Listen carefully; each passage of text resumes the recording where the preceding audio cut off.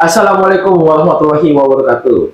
Waalaikumsalam warahmatullahi wabarakatuh. Sobat Kimo, kembali lagi di QM Talk Channel. Kali ini membahas pertemuan penting ya hari Minggu kemarin. Itu empat partai, Gerindra, Golkar, PKB dan juga PAN itu apa ya, menandatangani kerjasama koalisi kali ya kita nyebutnya ya. Ya. Di mana itu keempat partai tersebut menyatakan dukungannya kepada Pak Prabowo untuk maju di Pilpres 2024 sebagai capresnya.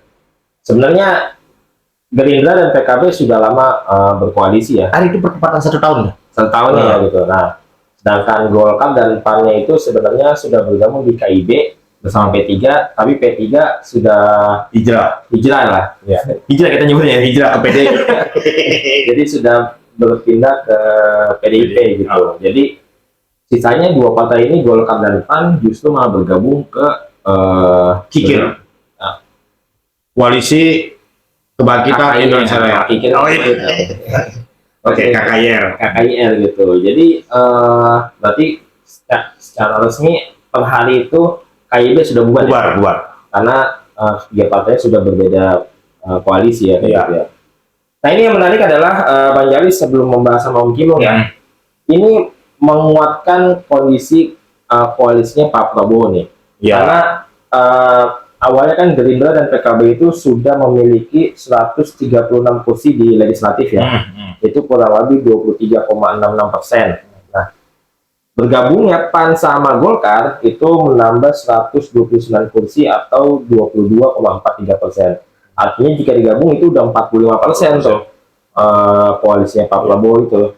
Nah, di koalisi lainnya ya, kita sambil koalisi lainnya, nanti kita fokus ke Pak Prabowo-nya. Itu koalisi PDIP baru dua, PDIP sama P3 itu totalnya 147 kursi, itu 25% sekian. Nah, koalisi perubahan itu ada Nasdem, Demokrat, dan PKS, itu 163 kursi atau 28% sekian. Jadi secara ranking Pak Prabowo unggul, disusul koalisi perubahan dan juga koalisi PDIP. Karena kan PDIP ada Perindo, ada lainnya itu nggak dapat kursi, semua kayak PBB kan juga nggak dapat. Nah, ini tanggapan Om Kimung nih setelah koalisinya Pak Prabowo semakin banyak, apa nih yang kemungkinan terjadi ke depannya menurut Om Kimung? Oke, terima kasih Bang Jali, Sobat Kimung. Kemarin sebenarnya Om Kimung sih nggak kaget lah, nggak mungkin. Tapi tadi angka-angka yang disebut Bang Jali itu sebenarnya juga nggak berpengaruh, karena itu hanya untuk batas minimal untuk pencalonan, kan 20% kan. Dan itu semua udah, kalau itu benar-benar terjadi itu ada clear, udah rata-rata di atas 20%. Nah, kejadian kemarin ada beberapa hal yang unik Bang Jali. Apa tuh? Pernyataan dari Bang Julhas, dia bilang tidak ya Pak Jokowi nggak inilah, nggak ikut andil dan segala macam. Itu kenapa harus disampaikan di situ? Itu juga menjadi pertanyaan ya. Dan juga pidatonya Pak Prabowo itu sedikit banget. Tapi kalau menurut Om Kimo ya, lagi-lagi itu terlalu menjanjikan, apa ya, janji muluk lah. Apa tuh? Memberantas kemiskinan sampai ini. Om Kimo ini untuk sepolder Om Kimo ya, tidak ada negara yang tidak punya penduduknya yang miskin. Itu pasti ada. Cuman persentasenya. Jadi kalau disapu bersih itu kayaknya nggak bisa. Makanya di Undang-Undang Dasar pasal 33 fakir miskin itu semua dipelihara dan dijaga oleh negara gitu loh. Jadi artinya memang negara harus ada di situ. Tapi kalau kemiskinan disapu bersih itu misalnya nggak ada sama sekali, menurut Kimo itu janji-janji muluk. Namanya kan janji. Ya pada saat itu doang ya menjanjikan ya Pak. Jadi itu yang konteksnya yang menurut Om Kimung ada beberapa yang Om Kimung lihat seperti itu. Nah, kalau mengenai keempatnya bertemu, terlepas dari peran Pak Jokowi atau tidak, walaupun di situ sudah ada sinyal-sinyal, termasuk Pak Asim, kakaknya Prabowo tuh, itu juga bilang katanya udah dapat restu dari Pak Jokowi. Lagi-lagi Pak Jokowi ditarik-tarik nih. Ditarik-tarik seolah-olah memang Pak Jokowi merestui nih. Karena ini dadakan dan itu di luar ini. Contoh Golkar kan hasil munasnya memang mandatnya diserahkan ke Pak Erlangga, tapi kan munasnya itu menyatakan bahwa presiden atau wakil presidennya Pak Ganjar ya, Pak Erlangga kan. Iya. Begitu juga dengan PAN waktu di Semarang tersebut juga menyatakan bahwa semua ada dimiliki presiden atau wakil presidennya ada dari PAN. Nah, Muhaimin juga setelah 1 tahun, pasti hari itu katanya 1 tahun, itu juga kan udah kesepakatan dari pertama tuh. Makanya Kebangkitan Indonesia Raya itu udah kayaknya udah pengen banget gitu ya. Nah, kalau ngelihat dari situ tarik menariknya untuk pegang posisi siapa wakilnya Pak Prabowo, jadi ini masih rapuh. Artinya kemarin Kang Jali bilang tanda tangan itu belum. Tanda tangan hanya mendukung, tapi tanda tangan agreement perjanjian yang ini belum mengalir, Iya, belum ada. kan hanya menjelaskan apa yang terjadi. Ya, aja, gitu. tanda tangan untuk mendukung Pak Prabowo, tapi perjanjiannya belum ada. Nah, ini ada 3 jagoan untuk mewakili Pak Prabowo. Pak Muhaimin sendiri otomatis dong kepengen banget. Pak Erlangga berdasarkan munasnya, walaupun mandat yang diserahkan Pak Erlangga. Nah, PAN sendiri itu jagoannya udah ada, Pak Erick Thohir. Nah ini kalau Om Kim melihatnya masih rapuh, seperti itu jadi masih rapuh. Artinya menjelang Oktober, 17 Oktober itu masih ada perputaran, masih ada ini apa masih kesana kemari. Contoh lah, PBB kemarin kenapa nggak diundang? Walaupun dia partai kecil, harusnya minimal dihadirkan gitu loh. Kan PBB juga udah support gitu loh. Kenapa nggak dihadirkan? Ini juga pasti ada rasa kecewa nih pasti nih. Jadi masih mengalir, masih ada lah fleksibelnya. Ya ini Om Kimong yang banyak tangkap adalah menilai pertemuan ini dinilai ya tidak sekuat yang orang umum melihat ya. Iya, kalau Om Kimong lihatnya ya. Memang ini secara kekuatan ini partai-partai besar semua. Cuman secara ininya kenapa Om Kimong bilang rapuh? Karena Om Kimong melihatnya ini ada kelebutan di posisi cawapresnya kan, seperti itu. Ya. Dan tiap-tiap partai ini bahasa kasarnya nggak sekonyong-konyong bergabung tanpa permintaan kan kayak gitu. Oh iya dong, pasti ada deal-dealnya gitu. Dan satu lagi Bang Jalinya, sebelum dilanjut ke Bang Jali, satu lagi. Itu kan tadi Om Kimong bilang 3 kan. Ya. Ini masih ada bayang-bayang. Kalau memang benar ya, sekali lagi kalau memang benar, ini tidak atas perintah Pak Jokowi, kan Pak Julhas bilang seperti itu. Kalau memang ini benar, murni dari hati para ketua umum, Om Kimong jempol. Karena apa? Ketua umum yang ada di situ tidak dididik orang lain. Padahal kalau memang sampai itu dididik sama Pak Jokowi, berarti kan figur seorang Pak Jokowi masih dipakai itu. Padahal Pak Jokowi bukan apa-apa loh. Iya. Setelah dia selesai, dia akan biasa. Kader partai. Iya, ini banyak tadi mau bahas ke situ tapi dari masukan soal gitu. Itu. Nah, okay. Jadi nggak bingung mau bahas apa lagi. Nah, jadi artinya Bang Jali, ini kalau Om Kimong lihat dari pembicaraannya Bang Luas berulang-ulang, dia mau menekankan bahwa ini nggak ada perintah loh. Nah, kalau ini benar aman, tapi kalau ini nggak benar, artinya apa? Ada apa di balik itu? Apakah menunggu putusan MK di usia 35 tahun boleh menjadi wakil presiden, dan itu bisa dimunculkan dan itu bisa jadi polemik lagi. Polemik menjelang sampai di tanggal 17 Oktober untuk pendaftaran. Siapa yang dimaksud sama Om Kimong itu? Wali Kota Solo. Oke, sebut aja kita nggak usah. Iya, Wali Kota Solo. Oke, Gibran. Iya. Dan ini masih polemik, makanya Pak Jokowi ya cawe-cawe, artinya ya dia lepas gitu. Mau kemana dia lepas. Tapi secara etika pasti Pak Jokowi nggak mungkin lepas partainya gitu loh. Nggak mungkin gitu. Cuma ini mau menunjukkan powernya ke induknya ini loh gitu. Lagi-lagi itu lagi yang Bang Jali Iya, Om Kimong berulang kali selalu seakan-akan menyatakan Pak Jokowi itu ingin mendapatkan perhatian dari partainya sendiri. Seakan-akan. Iya. Ya kan, itu terus berulang kali Om Kimong tafsirkan bahwa sebelum lebih jauh banyak yang tanya, itu desain by Jokowi atau bukan koalisi tersebut? Iya atau tidak menurut Om Kimong? Ini yang masih kan tanya, kan ada 2 menurut Om Kimong. Kalau menurut Om Kimong, iya, itu bisa desainnya Pak Jokowi. Oke. Karena apa? Itu dadakan. Oke. Kedua, Pak Erlangga melanggar ketentuan munasnya sendiri. Oke. Dan kalau ini memang dari Pak Erlangga langsung, berarti nanti dia di kedepannya, berapa hari ke depannya pasti ada gejolak di partainya. Tapi kalau itu ada restu dari yang Om bilang dari Pak Jokowi, itu aman-aman aja. Nah, Pak Julas juga seperti itu. Nah, ini yang tarik-tariknya itu seperti itu. Nah, Pak Jokowi memberi restu, ya. Ini anggapan Om Kim memberi restu. Ya, Om Kim ya. Pak Jokowi memberi restu, ada dua kemungkinan. Ini menurut pandangan Om Kim ada dua kemungkinan. Kemungkinan pertama, dia pengen menegur loh induknya ini partainya, gua disertakan loh itu. Terus yang kemungkinan kedua, kalau memang ini di luar skenario yang nggak bisa masuk ke sana, kan MK masih nunggu putusan MK. Bisa jadi, yaudah nih anakku titip aja.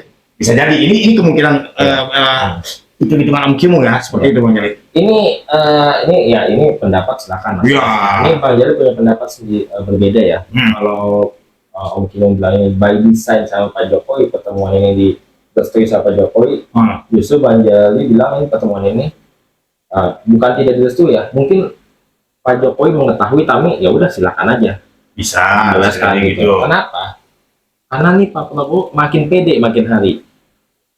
Akhirnya dia mencoba menggalang kekuatan siapa yang mempunyai daya tawar Pak Prabowo ini lebih menarik dibandingin PDIP yang makin kesini Bang Jali lihat makin kelihatan nih partai, karena mungkin rasa partai pemenang jadi ada ego gitu, dan benar-benar harus mengikuti cara permainan dia.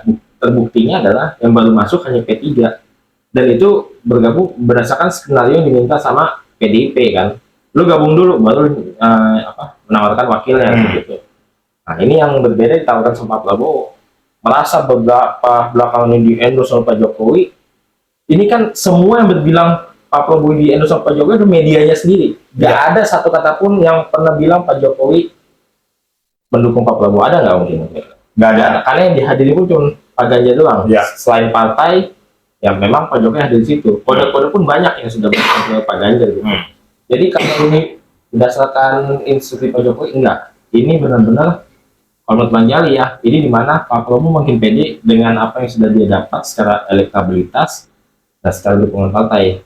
Nah kejadian ini kurang lebih kasusnya kayak 2014 nih, saat Pak Prabowo melawan Pak Jokowi. Jadi ini memang benar-benar dibiarkan bebas sama Pak Jokowi ya. Cuman Pak Jokowi, kalau untuk mesti Bang Jali berpikir tidak, tapi mempersilahkan semua ketua partai untuk bermain di Pilpres kali ini, kayak gitu sih. Ya, tapi kalau untuk tadi itu kalau untuk ke masalah MK meloloskan 35 tahun ya batas cawapres, itu terlalu jauh sih berpikiran. Misalnya pun itu lolos, belum tentu si Mas Gibran atau keluarga Pak Jokowi itu mau, belum tentu. Itu hanya terlalu jauh lah bermain isu, itu terlalu penggiringan banget sih. Ya, itu kan menurut Jali, tapi kan politik mengalir. Om Kim malah sependapat dengan Bang Jali bilang Pak Prabowo pede banget. Malah beberapa kali Pak Prabowo menyampaikan pidato-pidatonya, lagi-lagi ini kegamangannya Pak Prabowo. Berapa kali Pak Prabowo bilang pemerintahan sekarang sudah baik, tinggal dilanjutkan, berantas kemiskinan. Terus berulang kali dari kelompoknya Pak Prabowo sendiri, Pak Asim kakaknya menyatakan bahwa ini sudah dapat restu, tapi di counter dengan Pak Prabowo bilang tidak ada, ini sudah memang sudah urusan masing-masing ketua umum partai.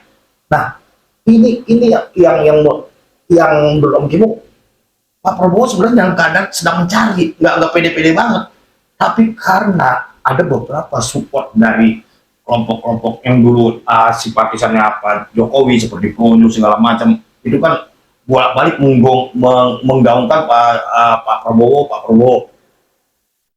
Nah, kalau sampai ini benar-benar terjadi solid ya,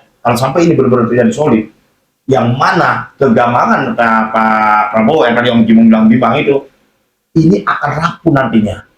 Om Kim sekali lagi, karena kalau banyaknya banyaknya partai yang bersatu, gemuk, ada rebutan jatah, negosiasinya kuat.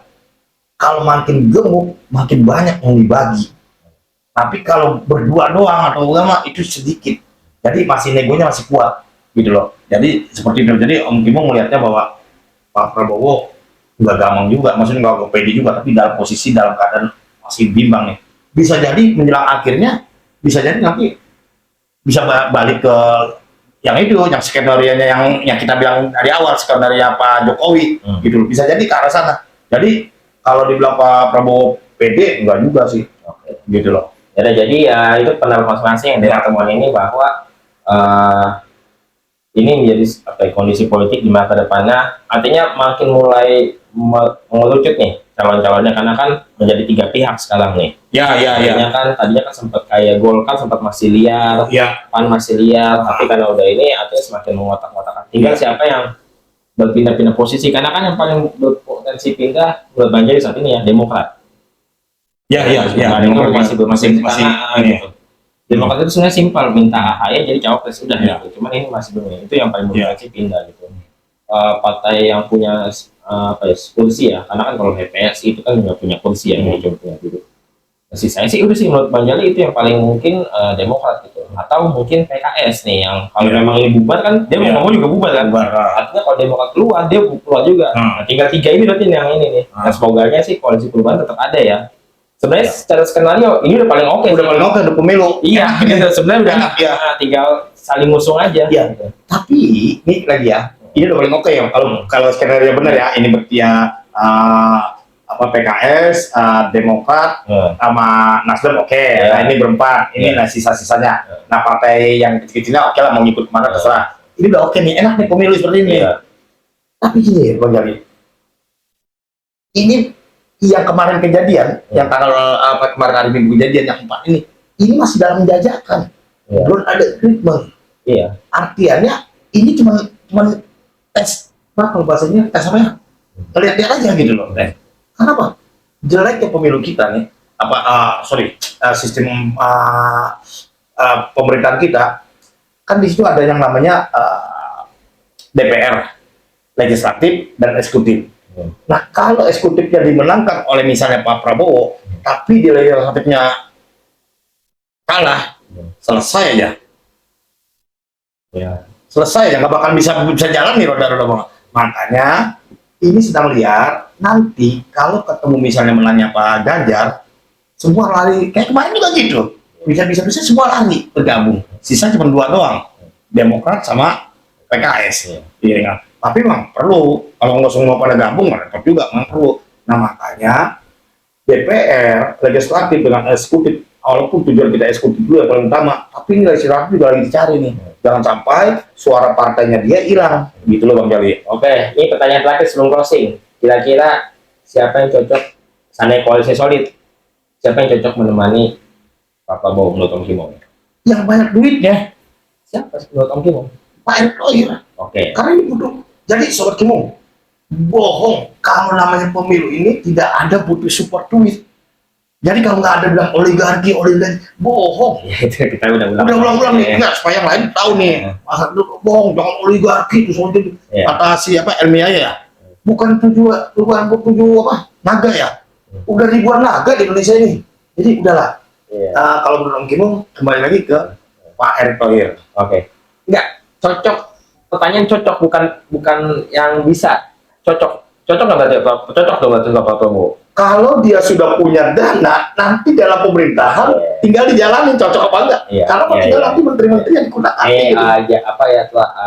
Kalau betul kayaknya lebih kayak negosiasi banget ya. Iya, negosiasi. Deal-dealnya kalau ini pasti gitu. Bukan yang idealis kayak Bang Jali ya. Kalau banyak kan Bang Jali, ini bukan sekadar duit gitu. Cocoknya untuk maju gimana? Kalau untuk ini jelas lah. Tapi Bang Jali, ini pemerintahan kita memang kayak gitu loh. Makanya kan Om Kimong lebih banyak pengalaman hidupnya, jadi mudah-mudahan itu udah kebuang. Mudah-mudahan generasi Bang Jali dan generasi Z udah perubahan. Kalau begitu, kalau menurut Bang Jali berarti bukan ini tuh ya. Ini kan deal-dealan banget nih. Iya. Berarti cari calon yang bukan deal-dealan dong. Harusnya. Jadi tiga kandidat ini terus terang aja masih belum nih. Tapi minimal yang terbaik dari 3 itu siapa itu aja. Berarti kita milih terbaik dari yang terburuk dong. Nggak buruk juga sih. Yang belum memuaskan lah gitu loh. Oke, kalau gitu terima kasih semuanya. Nanti kalau ada update politik kita akan bikin lagi. Terima kasih Om Kimong. Oke. Assalamualaikum warahmatullahi wabarakatuh. Waalaikumsalam warahmatullahi wabarakatuh.